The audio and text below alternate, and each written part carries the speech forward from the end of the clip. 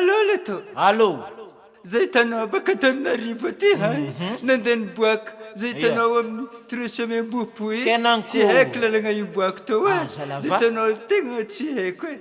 Zay hitanao le tany diako haiko fo fa lalagna mandeha agny tsy haiko tao e. So anao mba afaka magnambara lalagna diako avy agny tao fa ato fa haligny tao sy tegna fa setry zay hitanao handro fa haligny fa atao e.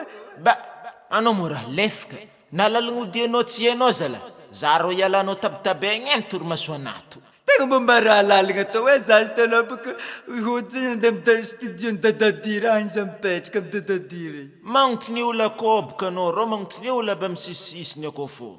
Antony Aza reza moa tragno studio Dadadira zay no